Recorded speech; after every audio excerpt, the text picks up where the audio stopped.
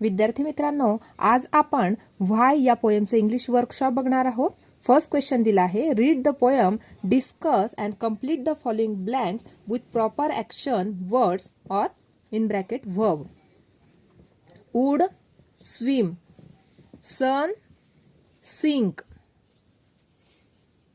Rain, falls, marbles, sink, flowers, die, ice, melt, stars, shine, oceans, ebbs and flow,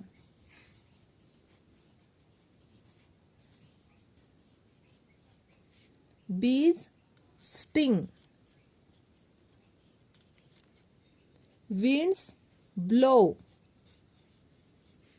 fish have gills. या प्रकारे हा first question आपण complete केला. Second question बघूया. Discuss in pairs and write the rhyming pairs of the words from the poem. या कवितेमध्ये आलेले rhyming pairs आपल्याला राईट डाऊन करायचे आहे. पहिले रायमिंग पेअर आहे व्हाय बाय. सेकंड पेअर आहे सिंक ड्रिंक. थर्ड पेअर आहे स्काय डाय. नेक्स्ट पेअर आहे nose blows. Nose flows, not blows, nose flows. Next pair आहे फ्लाय स्काय. Stone bone. या प्रकारे आपण या रायमिंग पेअर्सच्या ज्या जोड्या आहेत त्या आपण या पोएम मधून राईट डाऊन करू शकतो. नेक्स्ट बघूया question number 3. Why this, why that, why then, why now, why not, why by and by. In these two lines, word why is repeated. So, it is a figure of speech called repetition. म्हणजे जर एखाद्या कवितेमध्ये एखादा word सारखा repeat होत असेल तर तो जो फिगर ऑफ स्पीच असतो त्याला आपण रिपीटेशन असे म्हणतो. बघूया. Repetition is a figure of speech in which one or more words are repeated in the same sentence. For example, sun, sun it gives me a great Joy.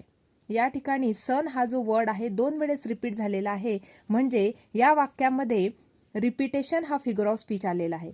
याच प्रकारचं question विचारला आहे. Now find out the lines from the poem which show repetition. म्हणजे पोएममध्ये अशा कुठल्या line आलेल्या आहे की ज्यामध्ये आपल्याला रिपीटेशन आढळून येतं. जसं की या पोएममध्ये आलेलं आहे pop, pop guns should go pop, should go pop, and why the ocean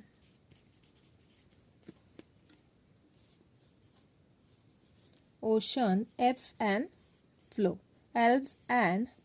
flows. या ठिकाणी सुद्धा पॉप गन्स, या ठिकाणी सुद्धा पॉप हा वर्ड आलेला आहे. म्हणजे पॉप हा जो वर्ड आहे तो सारखा रिपीट होतो आहे. त्याचप्रमाणे व्हाय हा जो या ठिकाणी स्टार्टिंगला व्हाय आलेला आहे. Why pop guns should go pop and why the ocean ebbs and flow. म्हणजे व्हाय हा जो वर्ड आलेला आहे हा सारखा रिपीट होतो आहे. म्हणून या जो थर्ड क्वेश्चन आहे या ठिकाणी जो फिगर ऑफ स्पीच आलेला आहे तो रिपीटेशन फिगर ऑफ स्पीच आलेला आहे. म्हणजे ज्या वाक्यामध्ये एक शब्द किंवा एकापेक्षा जास्त शब्द एकाच लाईनमध्ये एकाच वाक्यामध्ये रिपीट झालेले असतात त्या ठिकाणी रिपीटेशन हा फिगर ऑफ स्पीच येतो. क्वेश्चन नंबर 4 बघणार आहोत. Complete the web diagram. The little boy wants to know. या ठिकाणी हा जो क्वेश्चन आहे या ठिकाणी जो छोटा लहान क्युरियस बॉय होता त्याला वेगवेगळ्या प्रकारचे क्वेश्चन्स विचारलेले आहेत त्याने, ते आपल्याला फिलअप करायचे आहेत. व्हाय या ठिकाणी प्रत्येक व्हायने तो क्वेश्चन विचारत आहे. ते क्वेश्चन्स आपल्याला या ठिकाणी वेब डायग्राम मध्ये फिलअप करायचे आहेत. बघूया ते कुठले क्वेश्चन्स होते. या प्रकारे त्या ठिकाणी आपण फिलअप करू शकतो. बघा. First question, why rains falls from the sky. Second question, why coal should burn. Third question, why seeds gets in the apple core. Next, why pop guns should go pop. Next question, why the oceans ebbs and flows. Next, why fish have gills. Next, why boys cannot fly. Next question, why winds comes out from the bellows nose. या प्रकारचे वेगवेगळे questions जे व्हायने start होणारे आहेत ते आपल्याला या वेबमध्ये आपण फिलअप करणार आहोत. नेक्स्ट क्वेश्चन बघूया.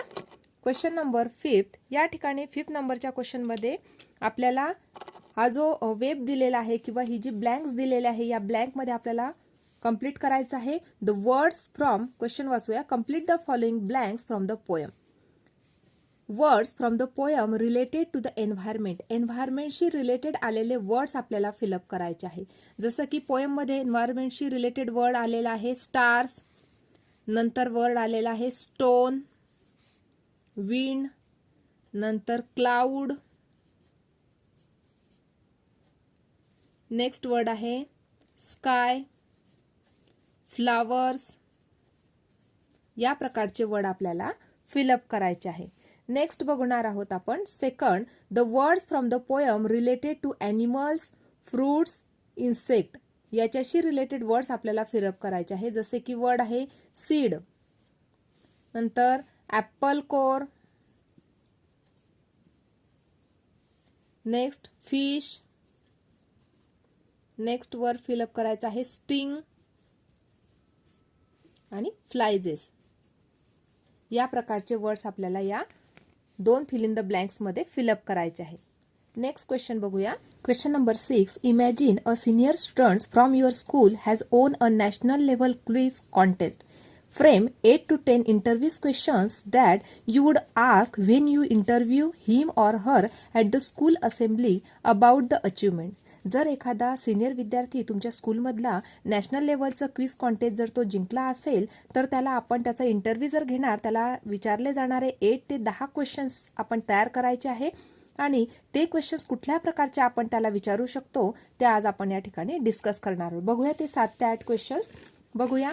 या प्रकारे आपण त्याची इंटरव्ह्यू घेऊ शकतो.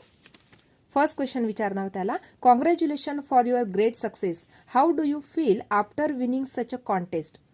सेकंड क्वेश्चन विचारणार, have you receive such recognition before. Please give details. Next question, who has inspired you to take part in such a quiz contest. Next question, which books did you refer for this contest. Next, what is your plan for future.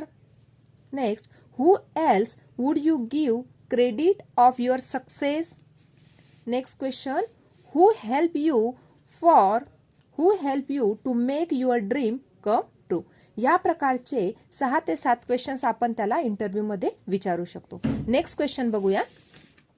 या ठिकाणी word chain दिलेली आहे, ती word chain आपल्याला बघायची आहे. Complete the word chain. या प्रकारे बघूया. एक्झाम्पल दिला आहे. फर्स्ट, ईट, टायगर, रन, नोज, इझी. या ठिकाणी जो लास्ट वर्ड आहे, लास्ट वर्ड पासून आपण स्टार्ट केला आहे. टी पासून वर्ड बनला टायगर. या ठिकाणी लास्ट वर्ड आला आहे आर पासून रन, लास्ट वर्ड होता एन, एन पासून नोज, नंतर ई लास्ट वर्ड होता त्याच्यापासून EASY इझी. या ठिकाणी सेकंड आपण जी चेन आहे ती कंप्लीट करूया. स्काय, वाय पासून याक, के पासून आपण राईट डाऊन करणार काइंड, नंतर डी पासून आपण राईट डाऊन करणार डिअर, DEAR डिअर, आणि नंतर आर पासून आपण राईट डाऊन करणार रिपीट. या प्रकारे सेकंड क्वेश्चन बघूया. क्लाउड, डी हा लास्ट वर्ड होता त्यापासून डक, के पासून आपण बनवणार आता किंग, जी पासून बनवणार GUN गन, आणि एन पासून बनवणार नॉटी. या प्रकारे थर्ड बघूया वर्ड चेन. विंड दिलेला आहे, लास्ट वर्ड आला डी, डी पासून बनवला आपण DEEP डीप, पी पासून बनवणार आपण PRAY प्रे, वाय पासून बनवणार आपण याक. फोर्थ वर्ड चेन बघूया. स्टार, लास्ट वर्ड होता आर, आर पासून आपण बनवणार RAN रॅन, एन पासून बनवणार नेशन NATION नेशन, एन पासून बनवणार नट NUT नट. 5th नंबरची वर्ड चेन बघूया. व्हाय. लास्ट वर्ड होता वाय. वाय पासून आपण बनवणार YELL. एल लास्ट वर्ड आहे. लव. ई पासून बनवणार इयर. या प्रकारची वर्ड चेन तुम्हाला क्वेश्चन पेपरमध्ये नेहमी विचारली जाते, त्यामुळे ती व्यवस्थित याच प्रकारचे वर्ड्स लिहिण्याची गरज नाही. तुम्ही वेगळे सुद्धा तुमच्या मनाने दुसरे शब्द सुद्धा लिहू शकता. फक्त लास्ट वर्ड बघायचा आहे आणि त्या लास्ट वर्ड पासून स्टार्ट होणारा वर्ड तुम्ही राईट डाऊन करायचा आहे. या प्रकारे आज आपण 3.1 व्हाय जी पोएम होती या व्हाय पोएमचा वर्कशॉप बघितला असेल. जर तुम्हाला माझा व्हिडिओ आवडत असेल तर प्लीज लाईक, शेअर आणि सबस्क्राईब करायला विसरू नका. Thanks for watching this video.